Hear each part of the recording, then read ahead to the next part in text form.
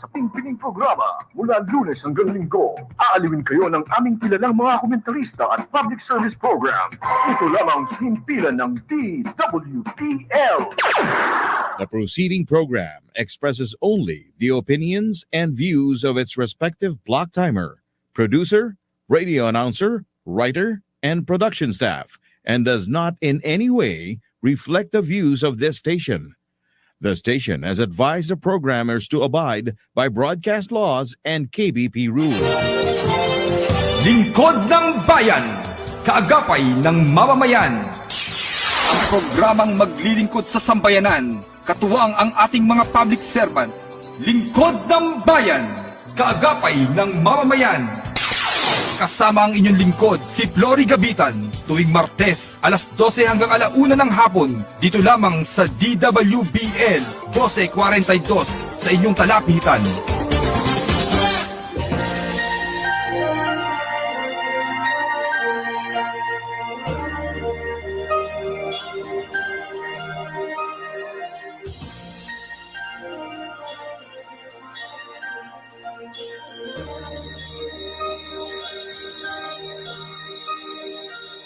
Pilipino ako, sa puso't diwa. Ang buhay ko sa bayan ay tataya. Pilipinas na aking bansa. Ang iwanan kay hinding-hindi magagawa. Ikaw ang tahanan ng aking lahi, lahing kayong manghihit.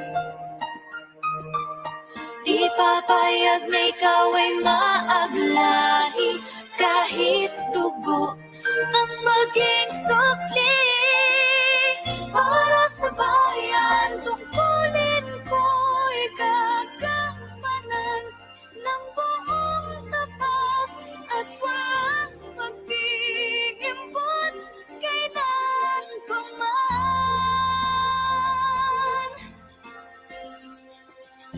Para sa bayan, susundin ko ang batas na pinaiiral. Hindi ako maghahangad ng para sa sarili lang. Okay, isang magandang tanghali po sa ating mga giliw na tigapakinig. Ngayon po ay ika-11 sa buwan ng Hulyo, taong kasalukuyan.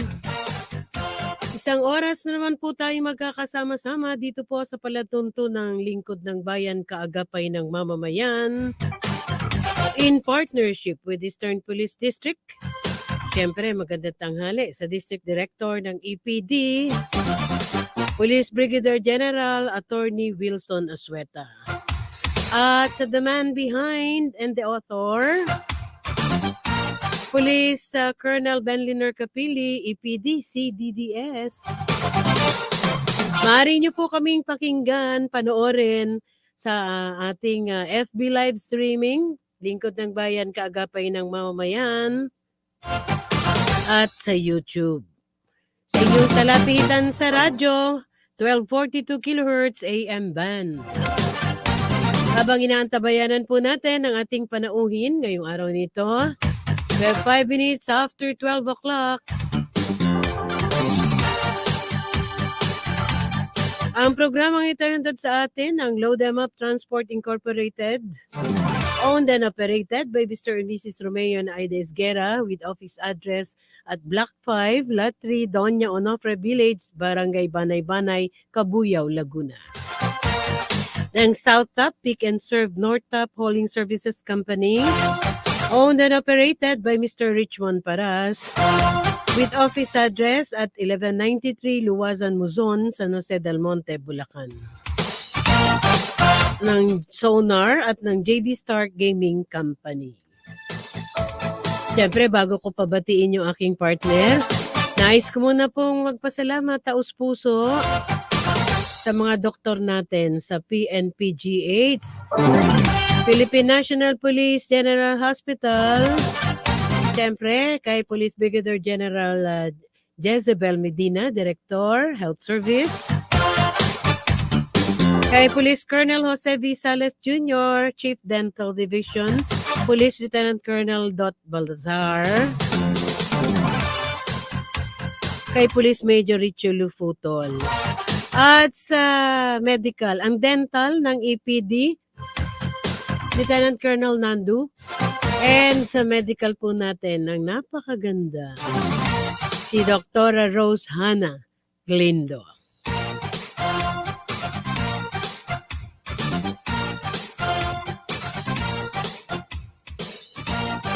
Siyempre, kay Patrolman Christian Fernando, Patrolman James Diag also, from Health Service, at sa mababait na staff ng Dental Service, Patrolman Juvie Tugik, Patrolman Christian J. Angeles, and UP Margie Kayanong, J. and Margie from Allied Division.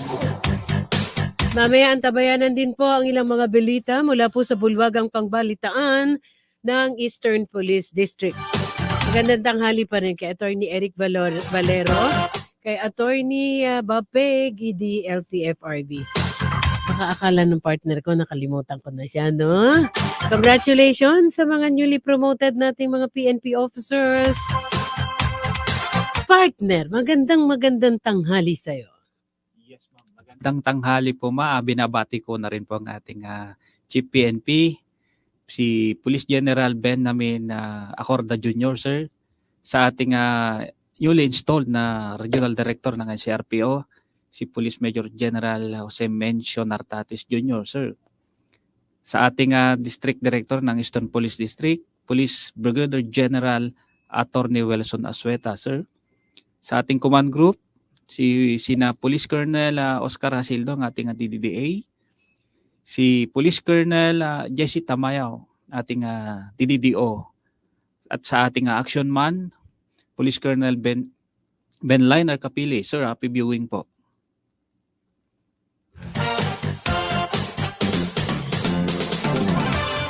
Okay, ang tumpak na oras, 13 minuto, makalipas ang 12 ng tanghali. Okay, tulad po ng ating nabanggit, atin pong ihahatid ng ilang mga balita mula po sa bulwagang pambalitaan ng Eastern Police District, mula po sa ating mga PNN, EPD Police Reporters, mula po kay Patrolwoman Jenny May Dolor. Turnover ceremony ng bomb sniffing dogs isinagawa sa EPD DMFB, kaugnay sa mas pinaigting na kampanya laban sa iligal na droga, terorismo at kriminalidad. Ang EPD DMFB ay binigyang donasyon ng mga exclusive detection dog, kasabay ng awarding ceremony for Basic K9 Handler Course. Ito'y dinaluhan at pinasinayaan ni Police Brigadier General Wilson C. Asueta, District Director ng Eastern Police District, EPD Command Group at DMFB Commander. Isang mapambungad na mensahe naman ang iginawad ni Police Colonel Oscar P. Hasildo para sa mga dumalo sa nasabing programa, lalo na sa mga miyembro ng Simon K9 Incorporated at mga awardees ng Basic K9 Handler Course. Pinakatampok na bahagi ng programa ay ang signing of deed of donation para sa K9 Exclusive Detection Dog Units at pagbibigay parangal sa mga kapulisang nagtapos ng K9 Handler Course, na pinasinayaan ni Police Brigadier General Wilson C. Asueta at Mr. June B. Abrazaldo, Director of Simon K9 Services Incorporated, na siyang nagbigay ng donasyon. Lubos naman ang pasasalamat ni Police Brigadier General Asueta sa suportang ipinagkaloob ng Simon K9 Services Incorporated sa mga kapulisan para sa pagpapatupad ng kapayapaan ng komunidad sa buong Metro East, at nagbigay din ng kanyang guidance message sa mga K9 handlers para sa kaligtasan ng bawat isa. At yan ang naging aktibidad sa Team EPD Pamamarisan. Kaagapay mo, Patrolwoman Jenny Dolor. Okay, this time atin naman tanggapin ang pag-uulat ni Patrolwoman Mel Loquias.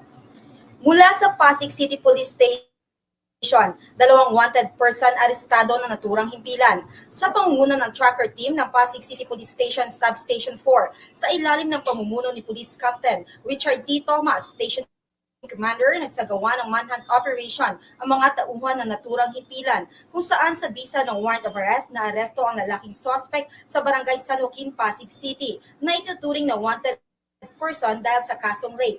Kinilala ang suspect na si alias Koykoy, 35 anyos at residente ng Sambit na lungsod matapos ihain sa suspect ang kanyang warrant of arrest at karapatan bilang akusado ay agad siyang pinusasan at diretso kulungan na ang suspect. Pansamantalang nakapiit sa Pasig City Police Custodial Facility si Koykoy habang kumugulong ang kanyang kasong rape in relation to Section 5 ng RA 8369. Samantala, isang 47 anyos na lalaking wanted sa kasong vowsy, arestado ng mga operatiba ng Pasig PNP at sa tulong ng 4th MFC Arm of the NCRPO sa barangay Santa Ana, Taytay, Rizal. Ang suspect ay kinilalang si alias Rodel at residente ng nasabing lugar kung saan siya nahuli. Inihain sa suspect ang kanyang warrant of arrest sa kasong paglabag sa RA 9262 o vowsy na may piyansang 12,000 pesos. Pansamantalang nakakulong ang suspect sa impilan ng Pasig PNP habang gumugulong ang kanyang kaso. At yan ang ulat mula sa Pasig City Police Station.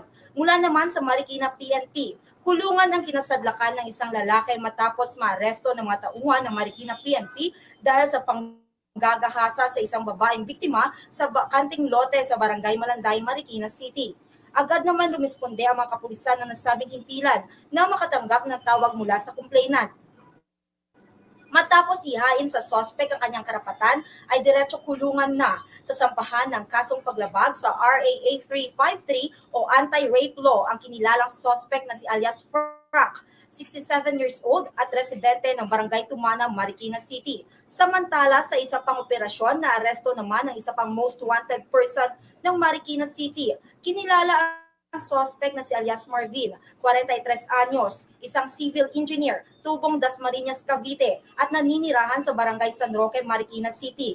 Inihain kay Marvin ang kanyang warrant of arrest sa kasong estafa na may piyansang 18,000 pesos na ibinaba ng Nueva Ecija Municipal Trial Court nito lamang Marso taong kasalukuyan na pag-alaman na may mga kasabwat pa ito na pinaghahanap ng batas. Pansamantalang nakakulong ang suspect sa impilan ng Marikina PNP habang hinihintay ang araw ng pagharap nito sa korte. At yan po ang ulat mula sa Marikina PNP.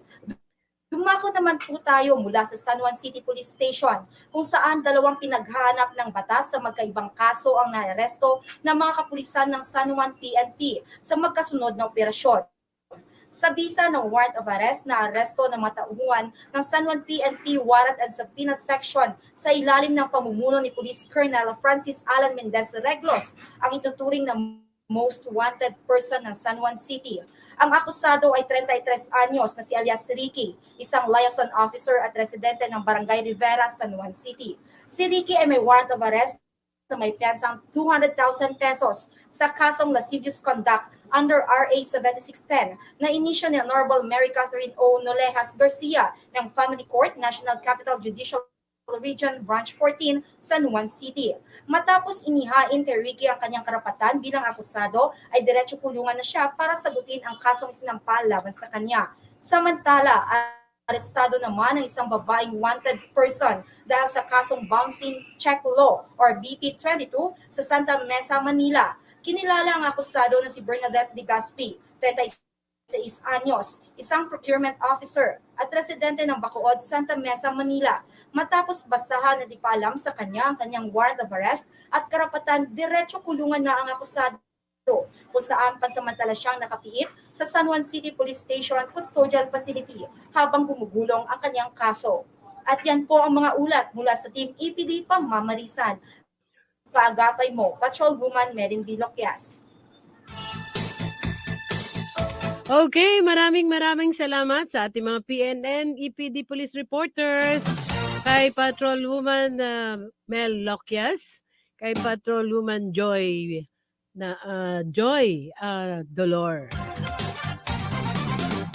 Ang balitang yan na yandog sa atin ng Load Them Up Transport Incorporated, owned and operated by Mr. and Mrs. Romeo and Ida Esguera, with office address at Block 5, Lot 3, Doña Onofre Village, Barangay Banay-Banay, Cabuyao, Laguna. South Top Pick and Serve North Top Hauling Services Company, owned and operated by Mr. Richmond Paras, with office address at 1193 Luwasan Luzon, San Jose del Monte, Bulacan. At ng Sonar, JB Stark Gaming Company. We have 15 minutes after 12 o'clock. Si Doktora Nice Bell pala, no? Magandang tanghali. Thank you very much. Nice Bell Tumbagahan. Inuulit natin, ano? Maraming salamat. Magandang tanghali sa PNP Health Service. Wow, malapit na yung kanilang anniversary. At si Dr. Hana, yun na lang, shorten na lang daw, no? Si Dr. Hana Glindo, si Doc Dot Baltasar. Okay, napakapalad po natin, ano? Ngayong araw na ito, tulad po ng ating nabanggit, ano? Isang kagalang-galang na namang opisyal na babae ang atin pong kasama na ika nga ay medyo may kabigatan yung kanyang hinahandle na unit, no? Sabi nga sila po ang pulis ng pulis.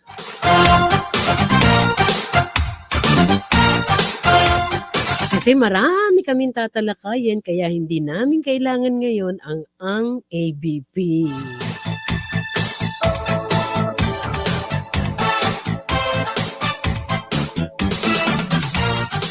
Prior to her assignment to the Internal Affairs Service, she was formally assigned with the Police Regional Office Cordillera. The defunct narcotics group, Philippine Drug Enforcement Agency, PDEA, the National Police Training Institute, and Criminal Investigation and Detection Group. O diba sa intro pa lang, ano?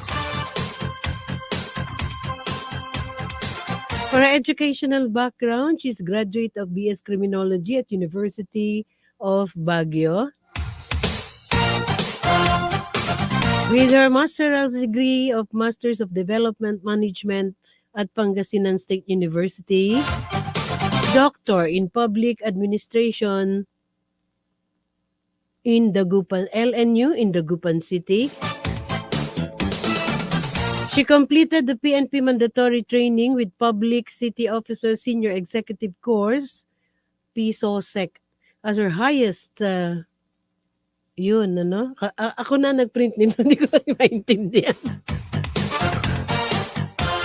For specialized training, Police Intelligence Officers Course, Investigation Officers Basic Course, recognition received in the PNP, Best Senior Police Officer 2017 at IAS, Best Operations Officer 2007 at PDEA, Top 10 Policemen Women 1998 Baguio City Police Office. Yun yung ProCor, no? Taos puso po ang aming pagpapasalamat sa pagbibigay po sa amin ng pagkakataon na kung inyo pong maaalala, muli po ang pagbabalik sa atin ng butihing opisyal. Siyempre, kukumustahin natin kasama ang five focus agenda ng ating Chief PNP. Natural, kukumustahin natin ang IAS. District Superintendent, District Intelligence, tama ba?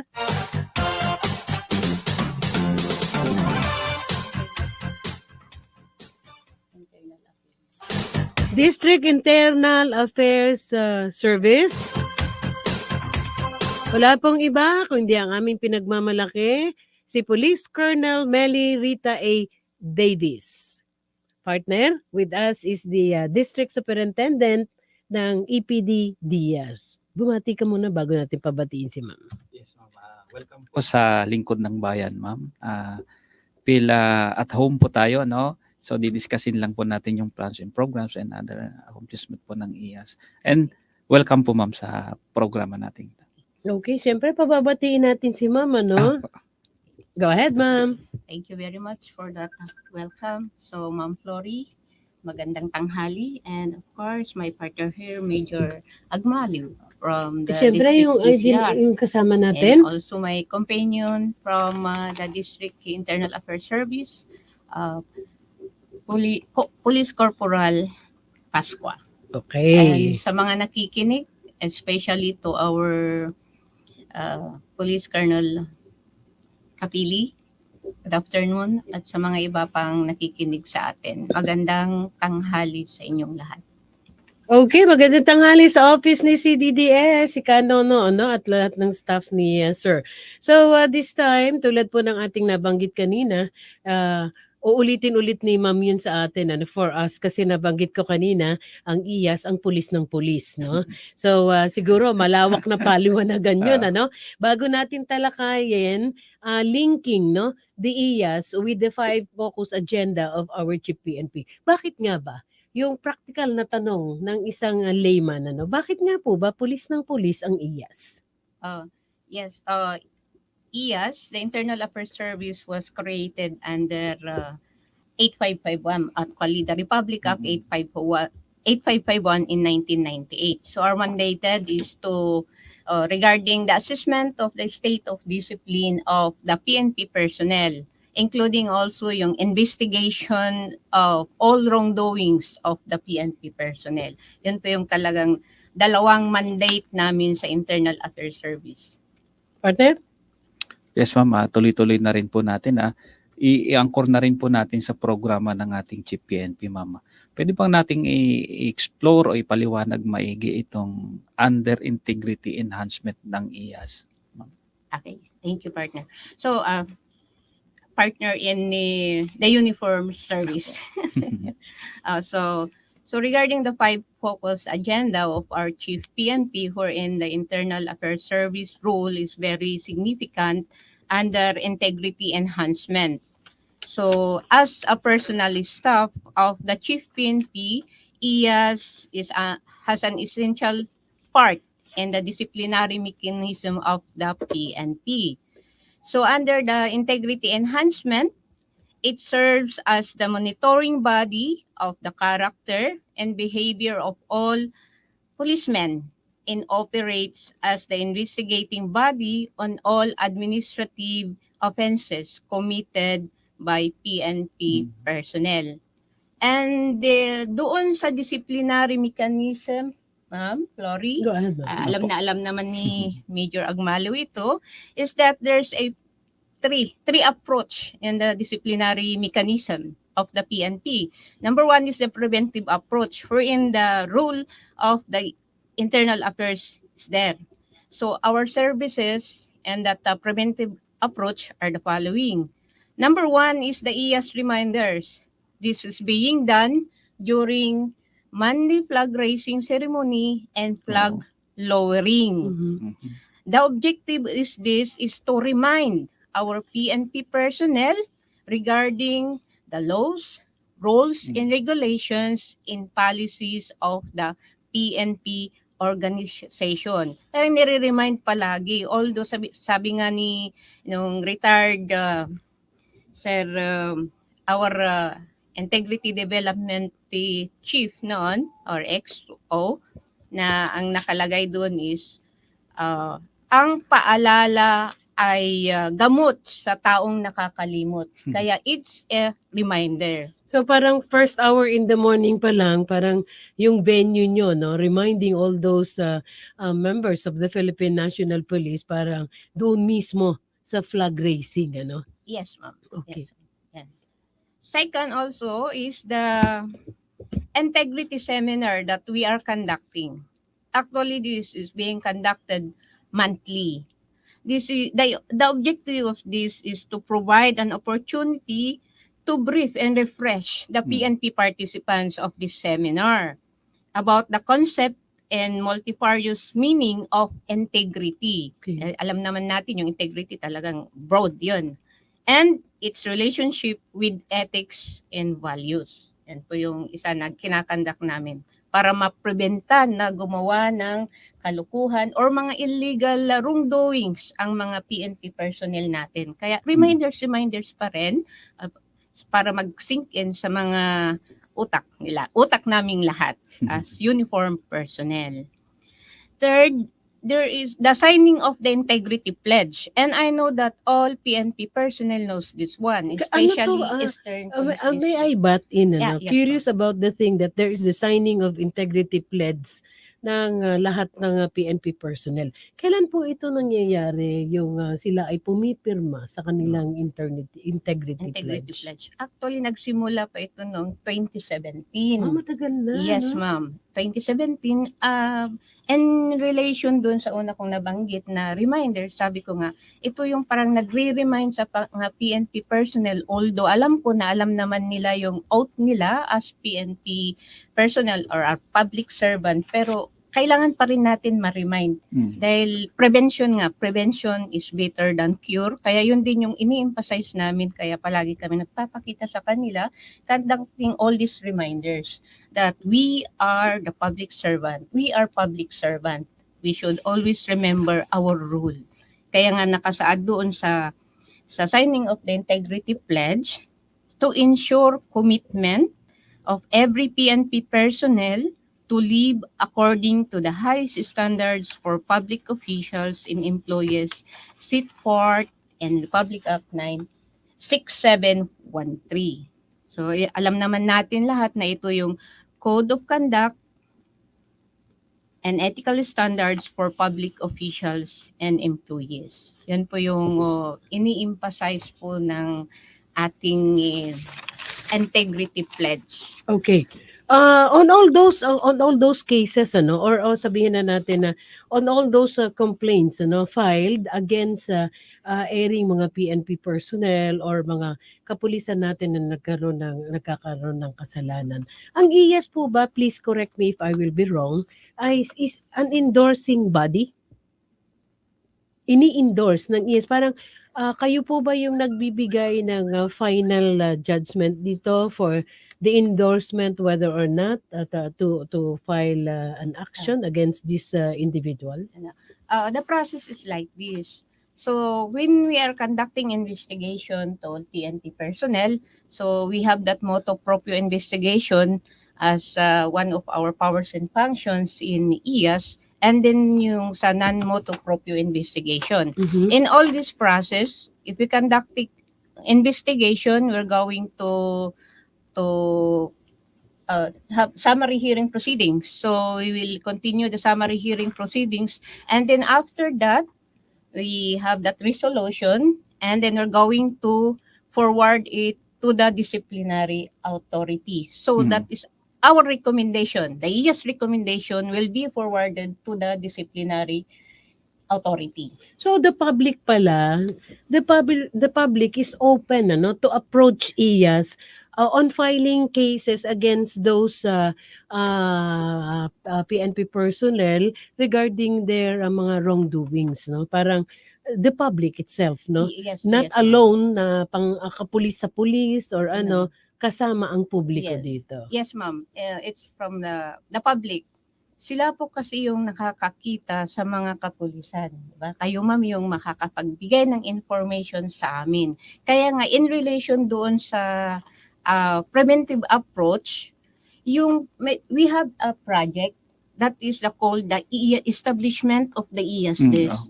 Doon po kasi pumapasok lahat ng information regarding the wrongdoings of PNP personnel. But not only wrongdoings, ma'am, including yung good deeds, yung mga magandang ginagawa ng kapulisan natin. May Yun po yung natatanggap purpose. kayo naman. Meron naman lalo, ma'am, yung mga reported na good deeds.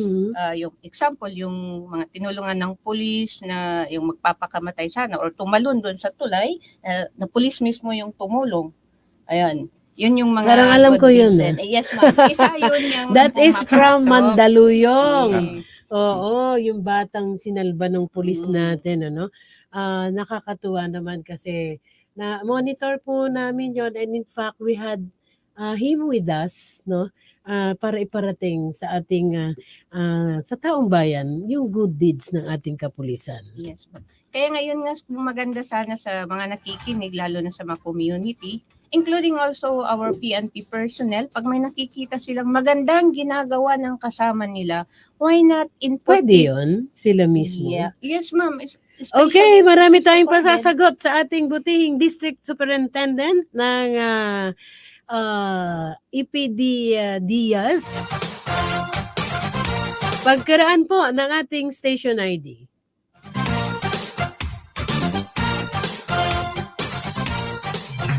Mula sa top-rated music station ng Dekada 80, ang WBL. Patuloy na naglilingkod sa inyo sa pamamagitan ng magaganda at piling-piling programa. Mula Lunes hanggang Linggo, aalawin kayo ng aming kilalang mga komentarista at public service program. Ito lamang simpilan ng DWBL.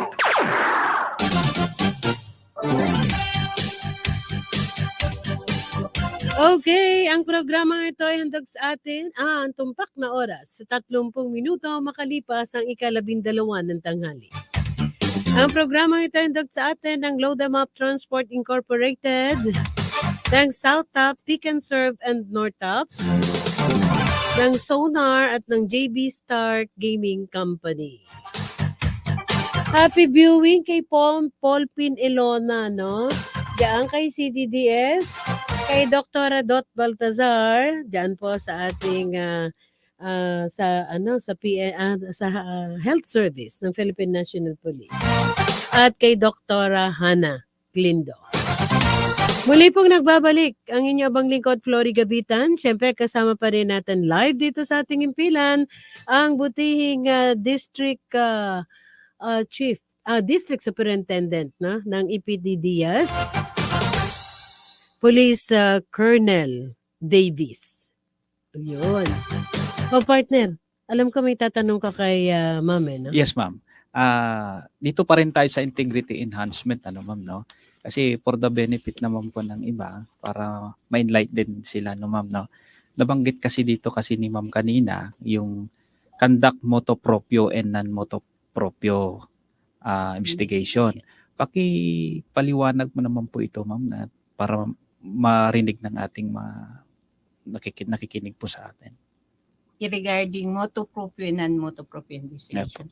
Actually, nung unang andito ako, na-i-emphasize natin yung 5 instances ng motu proprio investigation.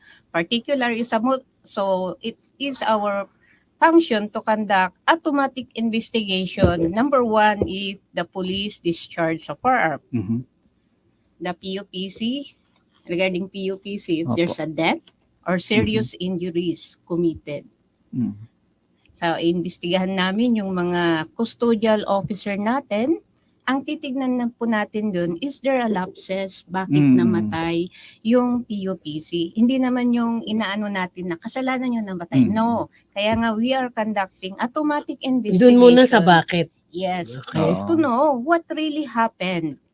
Dahil as a custodial officer, they should know their duties and functions. Ano yung dapat nilang ginagawa sa mga person deprived of liberty. Kahit na nakakulong yun, meron pa rin silang karapatan as bilang tao. Kaya meron tayong human rights officer din. Kaya kung minsan yun yung if you are conducting inspection to an investigation, if there's a PUPC died or seriously injured, ina-approach namin yung human rights officer kung nagkakandak din siya ng inspection at wala bang na violate na karapatan ng mga person deprived of liberty natin.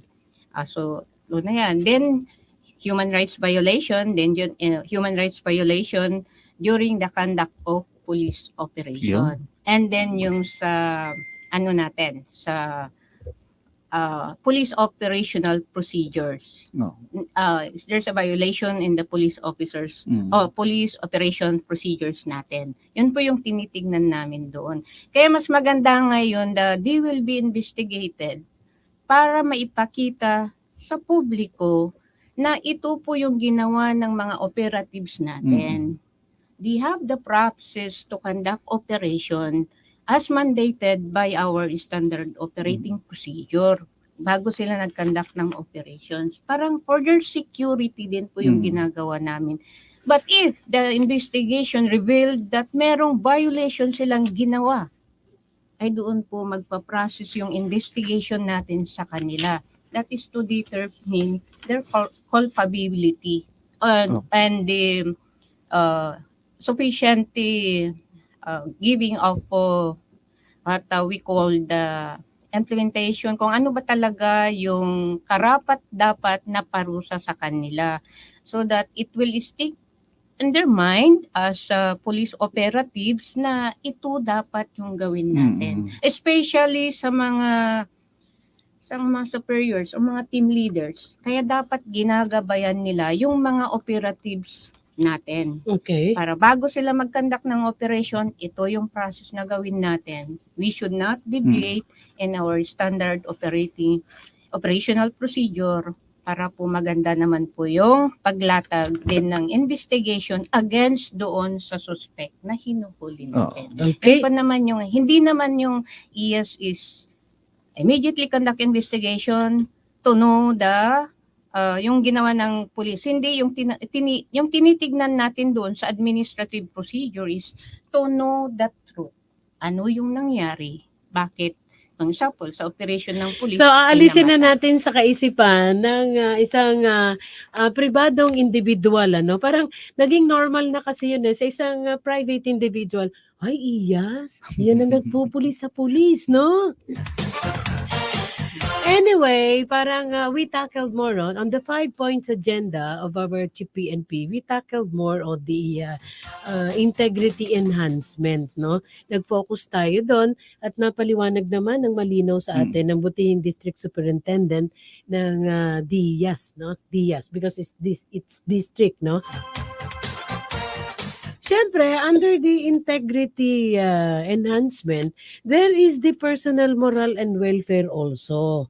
Nais nating kumustahin kila ma'am kung paano din ito na-apply naman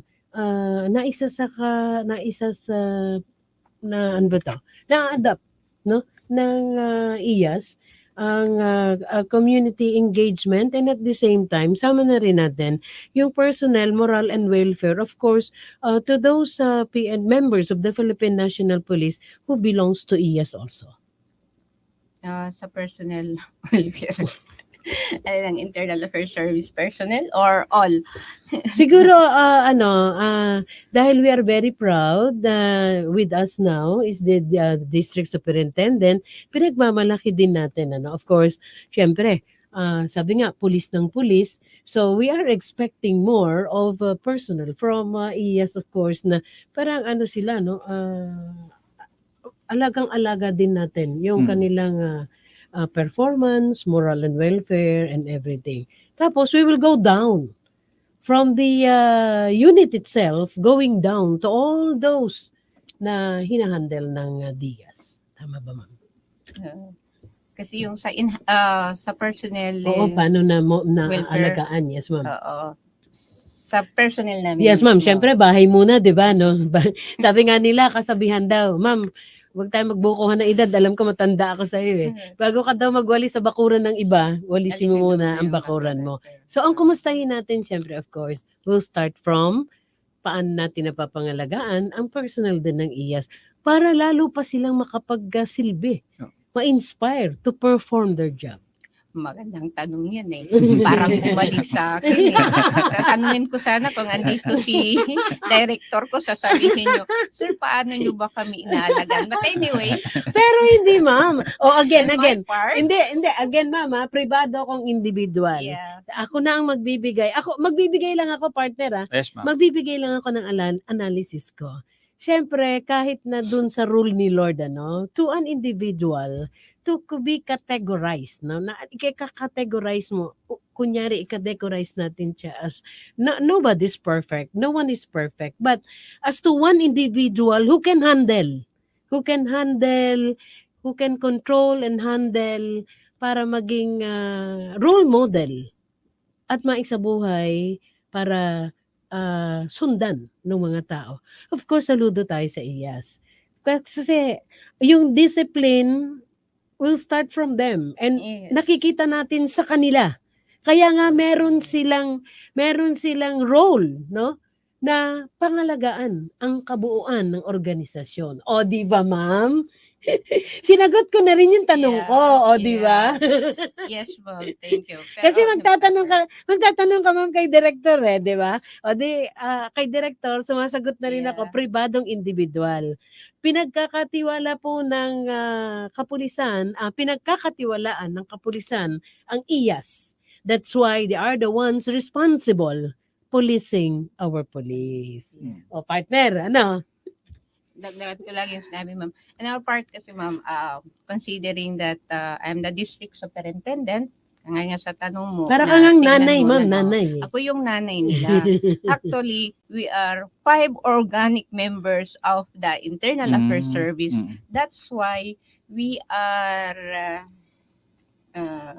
asking the help of our Butihing District Director and the command group to lend us their men. Actually, Corporal Pascua is an organic member of Eastern Police District. So in terms of human resources, kulang na kulang po talaga ang District Internal Affairs Service. That's why we have 4 personnel from Eastern Police District helping us to complete or comply our mandate as, yun nga, yung sinabi mo, ma'am, na tagapag-tanggol or tagapag-tingin sa mga character and behavior ng sa Eastern na lang, sa Eastern Police District. But actually, same din sa mga kasama kong district superintendent dito sa NCR. Kasi parang So we have many detailed personnel organic from the different district. Kasi partner parang parang ang IAS actually the way I see it, IAS is parang it's almost a family. Parang katulad ni ma'am, sabi nga ina ng IAS, parang niluwal niya itong mga pulis na to eh. So she has to correct kung sino yung naliligaw ng landas. She has to guide, no? Hindi para sa kung ano pa man, kung hindi either ma-discipline or mapabuti pa yung kanyang serbisyo. O, di ba? Pwede nga lang sabihin ko, nakinig kayo. Okay, pinuntahan natin ang mismong personnel ng IAS partner. Opo. Kanina kapatingin lang ng tingin dyan, pero baka may idudugtong ka, malawak-lawak ang sagot nito ni Ma'am o kung paano naman ang ating IAS or ang DIAS ay yung community engagement agenda naman na ginagawa naman ng ating DIAS. Go ahead, Ma'am. Okay. So, na part of the community engagement, we have the so-called community service-oriented policing. So, as mandated that we are conducting inspection and audit, we are going to conduct community, the community engagement. Community engagement wherein we're going to ask question from the community. For example, the president of the transport. Tatanungin namin doon, ano po yung nakikita nyo sa kapulisan? Kung may nakikita kayong dapat gawin ng pulis, ano po yung masasabi nyo na dapat nilang gawin? Ayun po, ma'am. Tapos, during that engagement, so gathering of information. So after gathering information, we're going, in my part, in the Eastern District, so actually na-i-disseminate ko na rin to sa mga sa Hindi ma'am, Eastern parang Police District. partner? So, ma'am, parang you do this Yeah. parang interactive dialogue Yes. with the community.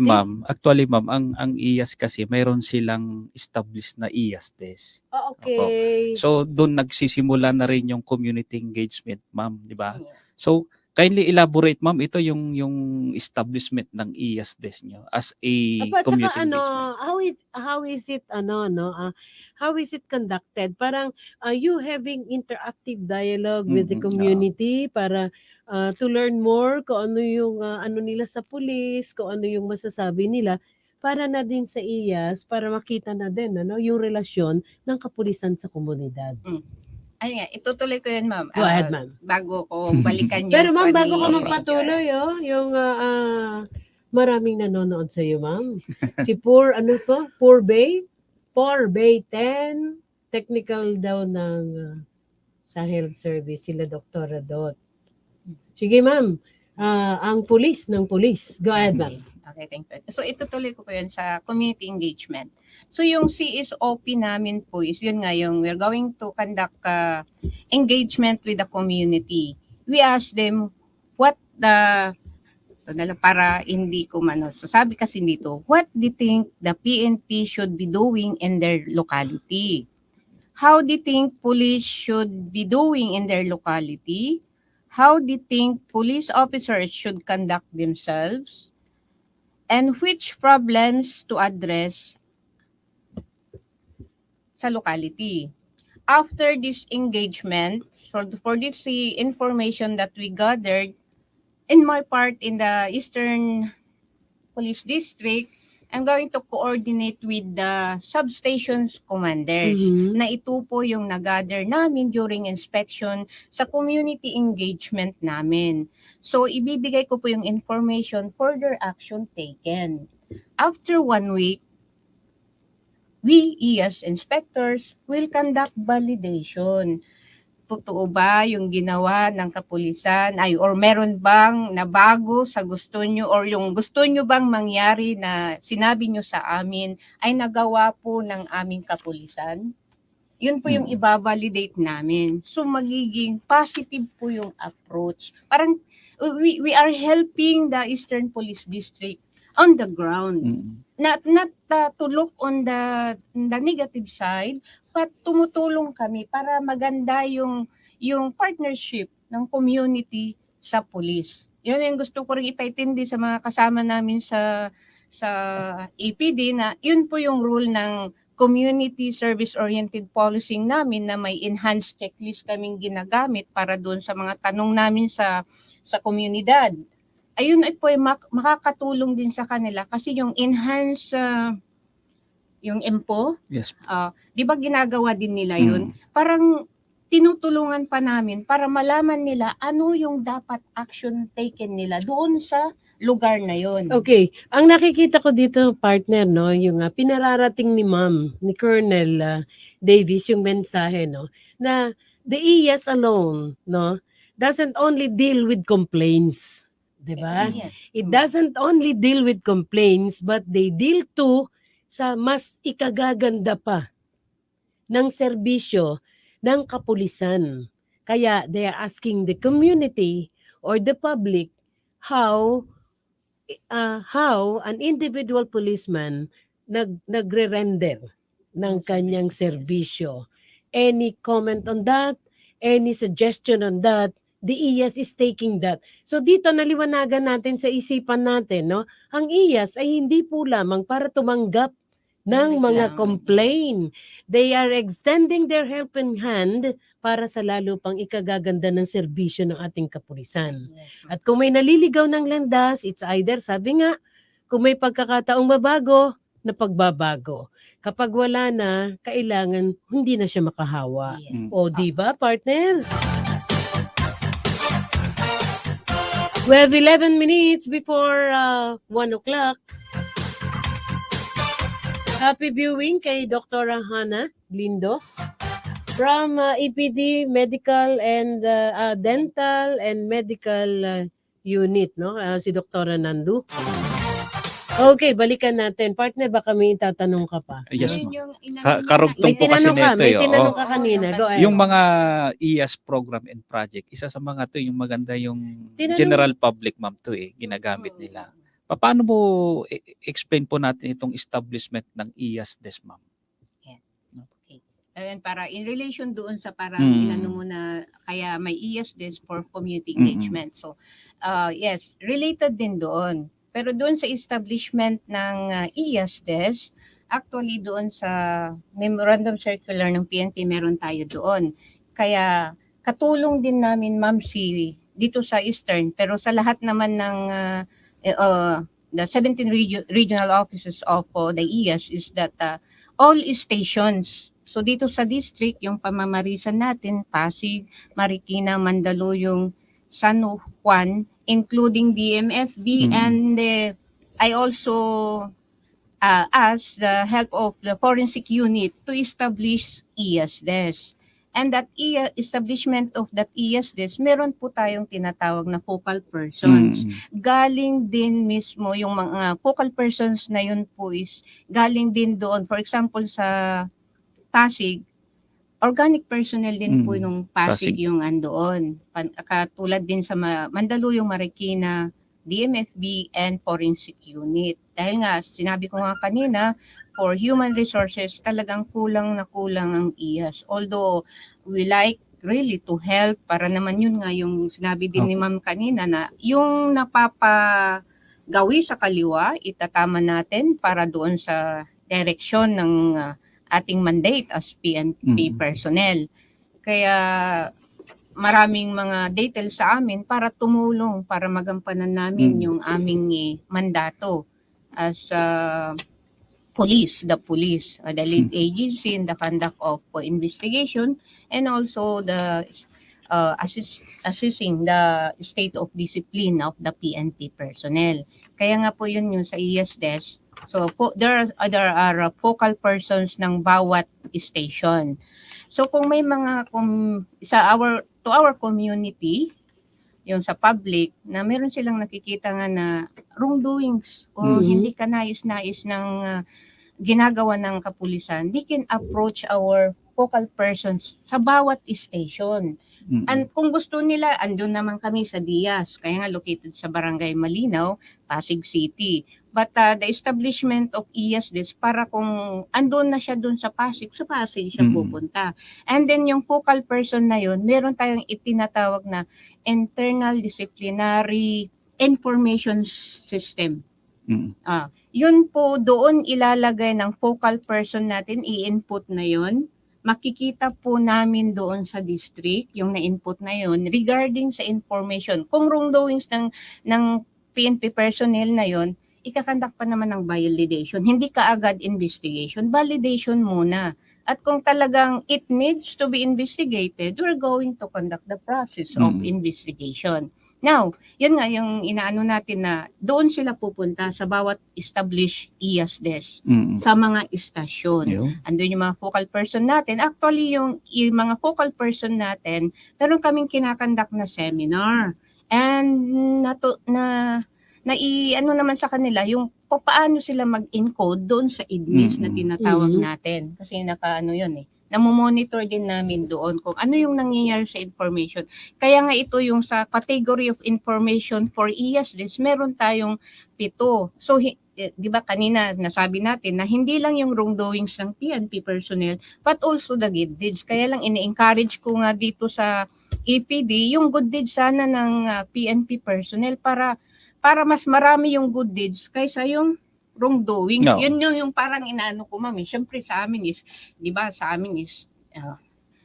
the discipline of the PNP. Yun yung gusto ko na makita na hindi naman mas maraming disiplinadong pulis kaysa yung gumagawa ng katarantaduhan o yung hindi maganda na against the law or rules and regulations ng PNP. Okay. In-encourage ko, kaya yun yung inaano ko, kahit na mga police officers, ma'am, para naman makita na talagang sa Eastern Police District, nananaig yung kabutihan ng kapulisan. The last was, nagtanong tayo, no, kumusta yung statistics ng mga filed complaint o mga kapulisan natin na may mga complaint, no, na under IAS. A little bit lang. Pero nais muna nating magpasalamat, no, sa COP ng Marikina City Police Station, Police Colonel Earl Castillo, kay Deputy Escad, Police Captain Julius Criste. Dahil sa aking mga pilots, kay Police Corporal Lisera, kay Police Corporal Oliver. Dahil ang aking pong permanent pilot buddy, kasama, no? Meron silang pinagkakaabalahan ngayon. Okay, 5 minutes before 1 o'clock, but still, our good officer will be staying with us until 1:15. Nakita nyo, no, the way the district superintendent of IAS here, no, the DIAS, no, the way she explained it, parang ako, feel ko, partner, nafe-feel ko yung yung pagiging nanay. Oo, no? Yung pagiging nanay, how she cared, no? Sabihin na natin, hindi dahil si ma'am yung district superintendent, but at the same time, parang si CDDS, nakararamdaman mo yung malasakit sa tao. First thing kasi na mararamdaman mo, kapag naghangad ka na may gusto kang tao mapagbago, ang unang hanapin mo, ito nga ba'y nagmamalasakit sa akin? Oh, magpapaiyak na naman ako. Kaya thank you sa health service. Damandam ako ang malasakit. Go ahead, ma'am. Hindi, sabi nga ni partner kanina, syempre, on all other things na isinasagawa ngayon ng DIAS or ng IAS or whatever, hindi mawawala dito, partner, yung kanilang mga kinakasa, na actually, isa-isa nang naididiscuss ni ma'am kanina, no? Nagkakasa rin sila, of course, ng kanilang mga programs and projects para sa lalo pang ikagaganda ng kanilang serbisyo sa mga kagawad ng Philippine National Police. So this time, we will also take this opportunity, ma'am, huwag ka magpapaalam, mahaba pa, mama. Yun lang mga programs and projects natin. And the latest significant accomplishment, no? I suppose yung pinaka-accomplishment natin is yung how you render, no, your services. Okay, go ahead. So, our services in the conduct of investigation, i-relate ko lang yung sinabi ni Ma'am Flory kanina. Kunti lang talaga. But I will give a figure para naman magkaroon ng idea. Eastern Police District sa hinahandle din ng IAS. Actually, kunti lang. So, we have 13 investigations conducted from January to date. So, motu proprio is 4. That is motu proprio investigation. Yung nabanggit ko kanina, na discharge of firearm, death of the PUPC. Doon po pumasok yung 4 na yun. And then doon naman sa 9, actually, may walk-in complainant. Doon yung relate ko kanina, yung sinasabi motu proprio, non-motu proprio. So, walk-in complainant yun, yung labas or mga referred complaint. Yun na po yung lalabas na may walk-in complainant tayo sa mga kasama na natin sa Eastern Police District. I hope na kung kahit man na imbestigahan sila ng IAS, dapat kunin nila as positive one. Kung talagang ginawa nila yun, ay alam nila, sila po yung nakakaalam kung talagang ginawa nila yun o hindi. So, sabi ko nga kanina is, we are conducting investigation to know the truth, not the guilt of the PNP personnel. Kasi the truth will set you free. Yes, yun yung point natin. Kaya nga sinasabihan ko yung mga kapulisan natin na, yun nga, pag naimbestigahan kayo, huwag yung negative. It should be positive. Dahil ito yung ginagana. Tinitignan namin ano yung katotohanan.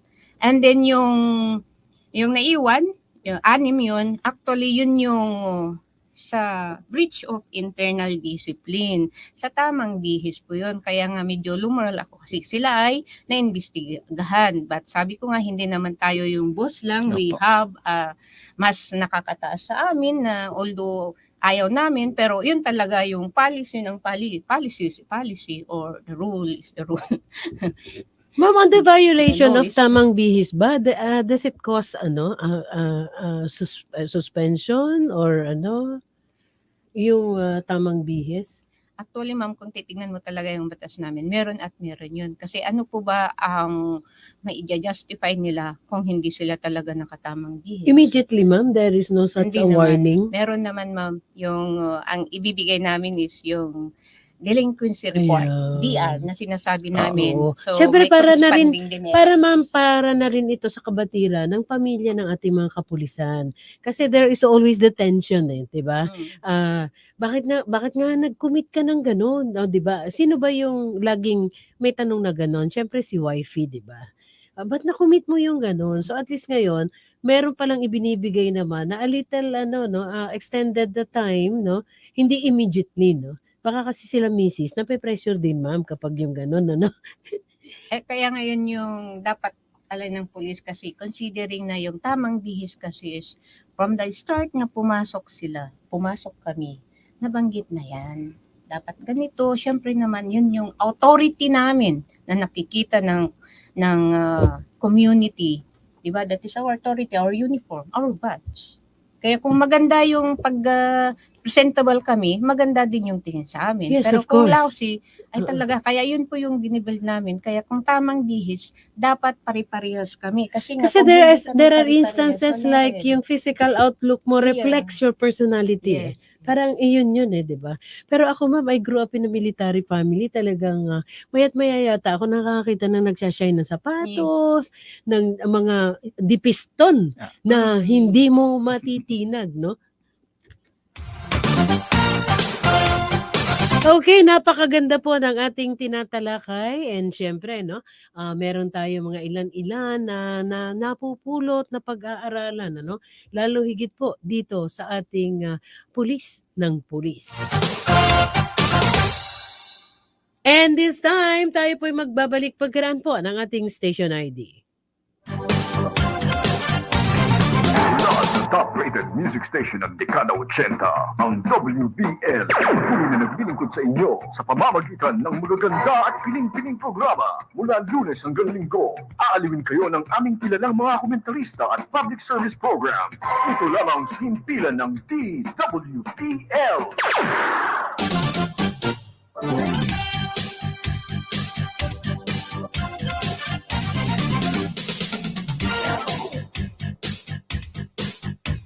Okay, muli po nagbabalik ang inyong abang lingkod. Siyempre, kasama ko pa rin ang ating panauhin, ang District Superintendent ng EPD Diaz, no? Ang aking ko-angkor na antipid-tipid ngumiti ngayon. Meron po siyang kanina, no? May inaalam siya kay Colonel Davis. Partner, go ahead. Yes ma'am, ay isa rin sa mga programa ng ating Chief PNP ito, no? Yung usaping information and communication development, ma'am. Meron ba kayong mga innovative, yung tawag dito, tungkol sa mga information and communication natin sa IAS, ma'am? Narinig ko kasi kanina mayroon kayong ginagamit na encoding.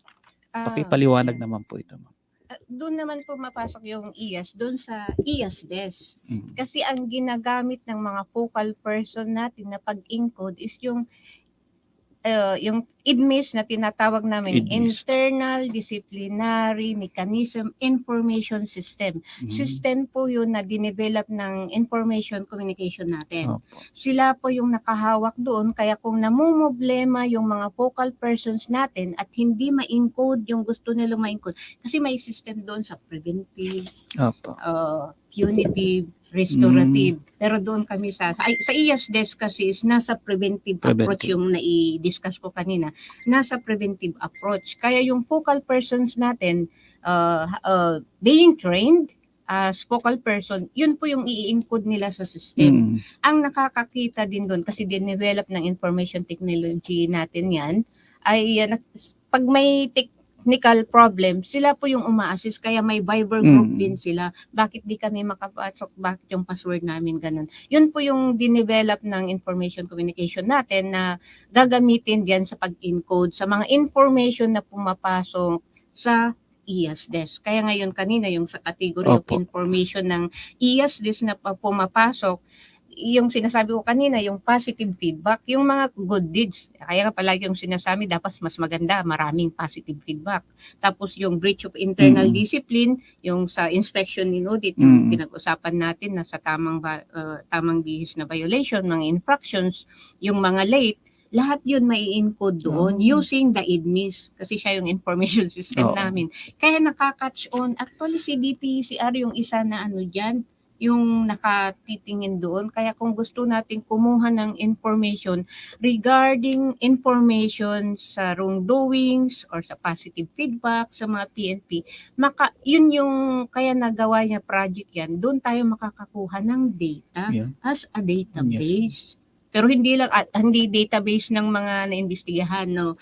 Information lang. It's an information, not yung talagang natapos yung investigation niya. To Kaya include yung negative feedback yes, doon, ma'am. negative Ah. feedback, yun din yung mga, pero yun nga, yung iba kasi syempre may mga community tayo or sa public natin na they're requesting police assistance. Baka naman may pumunta doon, pwedeng i-include mo yun para makita nila na ito pala ang trabaho ng police.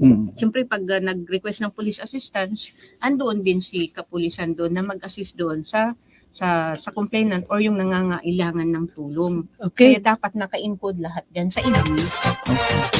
Okay, para na rin sa kabatiran ng ating mga kababayan, and of course yung ating mga kapulisan para ika nga yung mga posible pang mga nakakagawa pa ng mga hindi magaganda ay umiwas na. Ano po ba ang halos sa inyong obserbasyon, ano po ba yung halos sa ika nga napakaraming commitment ng ganong klaseng kasalanan with the police? Siguro may isa akong tanong. AWOL, immorality. Parang siguro yung sa AWOL, kasi parang pag explain natin kay Colonel yung AWOL, mahaba ang description ng AWOL Iba-ibang klase yung commitment ng AWOL Not necessarily na you just went out of the building, then you are considered absent. Siyempre, mahaba yan Mga otoridad dyan. You have to explain why you are being charged of AWOL, di po ba? Kumustahin natin? Sa tagal niyo po ba, ma'am? Gaano, yung madalas na ma-encounter ng IAS na complaint against PNP personnel? So, sa part ng sa Eastern, kaya ngayong nasabi ko kanina, 13. Mababait ang Eastern. Yes, mababait lang. Kaya 13 lang. Pero doon lang kasi medyo na lumura lang ako ng konti kasi yung sinasabi ko na 6 na digit na yun is tungkol sa infraction sa tamang bihis. Oh, ang babaw. Yes, yun yung 6. Kaya lang naimbestigahan sila kasi sabi ko nga, hindi lang po naman kami yung namamahala yan. Meron naman tayong mga senior officers na pag sinabing ganun. Kasi ngayon yung explanation ko kanina na ang tamang bihis kasi is natutunan yan nung pagpasok pa lang. Kaya dapat ngayon na matatanda na kami o kaya mga senior officers na or mga senior PNCO as team leaders, dapat makita nila na kumpleto na yung tamang bihis para hindi na sila maimbestigahan. Kaya syempre hindi natin maano yung mga other directors natin or senior officers na i-emphasize bakit palagi na lang tamang bihis yung infraction. So conduct investigation ka agad. Para kasi para bang yung ayun again nanay ulit no. Para bang alam mo na ito yung dapat mong isuot, ba't kailangang laging ipaalala sa na dapat tama ang ibibihis mo? 'Di ba? Ganun. Sabi nga ni Ma'am kanina medyo dahan-dahan lang yung pagkakasabi niya, but I will make it drastic, a little drastic, no? Sabi nga, gamot sa taong nakakalimot. Hindi Sabi nga untog mo dol? Untog mo doon. Hindi. Sabi nga, gamot sa taong nakakalimot, of course, ay paalala po. Pero bakit kailangan paalalahanan? Dapat laging nakatanim sa ating isipan. Okay, 5 minuto na lang ang nalalabi. Malapit na naman tayong magpaalam. So, kasama ng aking parting message na hihilingin sa ating butihing panauhin, siguro please take this siguro mga about more than 5 minutes nung magpagbibigay po sa amin ng mensahe and at the same ng mensahe sa ating listening public and viewing public. And at the same time, no ma'am, baka may mga ilan pa kayo mga bagay na naisip parating sa ating mga kababayan para sa lalo pa pong ikagaganda ng serbisyo ng IAS sa kagawaran ng Philippine National Police.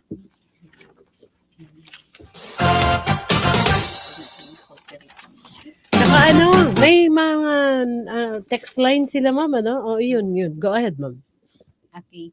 Sa mga lahat ng nakikinig, ito po yung sa amin sa Internal Affairs Service. Kung meron po kayong concern or you like to report to the Internal Affairs Service, especially yung Eastern District Internal Affairs Service, you can text us or call with our cell phone number 0968-40-33-226. Yan po yung official cellphone number ng office namin. Or visit the Eastern District Internal Affairs Service located at Malinaw Multipurpose Center, Barangay Malinaw, Pasig City. Yun po yung office namin. Or the established IAS desk in all police stations in Eastern Police District like the Pasig City, Marikina, Mandaluyong, San Juan, including yung DMFB and the forensic unit. Meron pong yung na-discuss ko kanina, kanya-kanyang focal persons na mag-a-assist sa inyo. Kaya kung hindi po nila, kung sakaling may technical glitch, yung IDMIS natin na sinasabi ko kanina, they can call us para kami po yung pupunta kung ano po talaga yung concern nyo. Yan po yung sa amin. And thank you very much. Uy, ang iksi, go ahead, ma'am. Hindi, pina-plug natin sa kanila yung way to reach out to them, ano? So this time, yung pinaka-message naman mismo from the IAS, of course.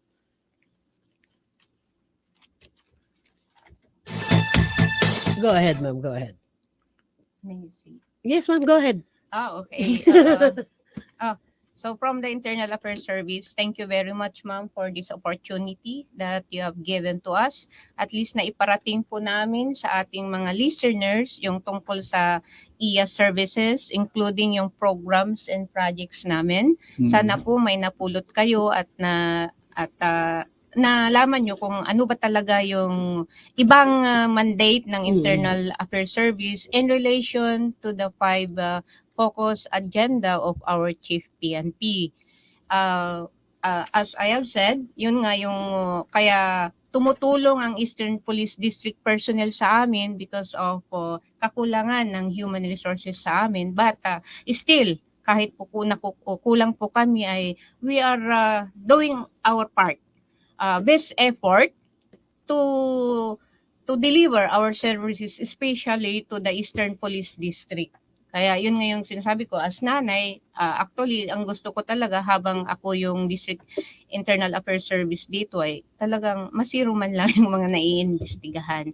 So sana po pag nakikita nyo kami, always be reminded sa mga kapulisan na we are the angel, your angel. Kasi pag nakikita nyo kami, at least sabi nyo, ay, tanto na naman si Iyas. Kaya dapat hindi kami mag-commit, di ba? Kaya hindi naman sa akin. So, hindi nga yun biruan eh. Ay, Iyas, hindi kaaway ng pulis. Hindi kaaway. We are your friend. We are opening your minds. Parang gano'n, ano? We are your friend. Kami po yung... Iyas is your angel. Yan na. Angel talaga. Kasi nga, sabi ko nga, pag nakikita nyo kami, di ba parang angel na, ay, ayan na si Iyas. Kailangan maganda yung tindig, presentable, tama yung mga accoutrements ng uniform, shiny yung sapatos, pati yung buhok nakaano, hindi nakalugay. Ayun, di ba ma'am? Kaya ayun po yung kaya sa mga Eastern Police District personnel, to our district director, and of course yung command group, yun po yung parang gusto kong iparating sa inyo na ako po ay handang tumulong para sa ikakabuti o ikakaganda ng mga kapulisan natin sa Eastern Police District, including yung mga district support units kasi we are also conducting inspection to them, also investigation in case na meron pong reported na ginagawa nilang mali sa trabaho nila. Pero remind ko lang talaga na what we are doing in the IAS is investigation to know the truth. Okay. Not to put down the PNP personnel, but to uplift their moral. Yeah. Thank you. Okay, inyo pong narinig ang tinig nating panauhin ang District Superintendent ng District Internal Affairs Service, Police Colonel Meli Rita A. Davis. Maraming salamat po at partner, paalam ka na. Opo, mula po sa Kapulisan ng Eastern Police District, sa pamumuno ng ating District Director at Police Brigadier General Wilson Asueta ay laging handang magbigay ng serbisyong may malasakit, respeto at profesionalismo kahit saan, kahit kailan. Ang inyong kaligtasan ay sagot namin. Yan ang tatak ng EPD Team Pamamaris. So once again, thank you very much sa ating mga nakasama at syempre uli sa MCPS, sa aking pilots, kay Corporal Lisera, Corporal Oliver at kay Captain Criste, Deputy Escad. Muli again sa technical, thank you very much Engineer Arnold. Again kay Corporal Barameda sa ating mga kasama, sa aking co-anchor. Muli pong magbabalik sa darating na Martes. Magandang hapon, Bansang Pilipinas. Ito po si Flory Gavitan.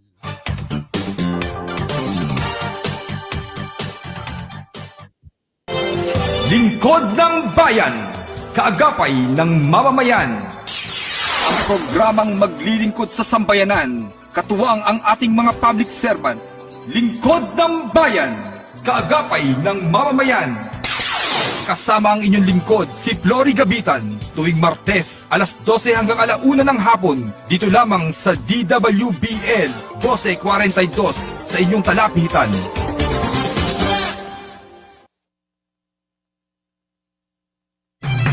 Mula sa top-rated music station ng dekada 80.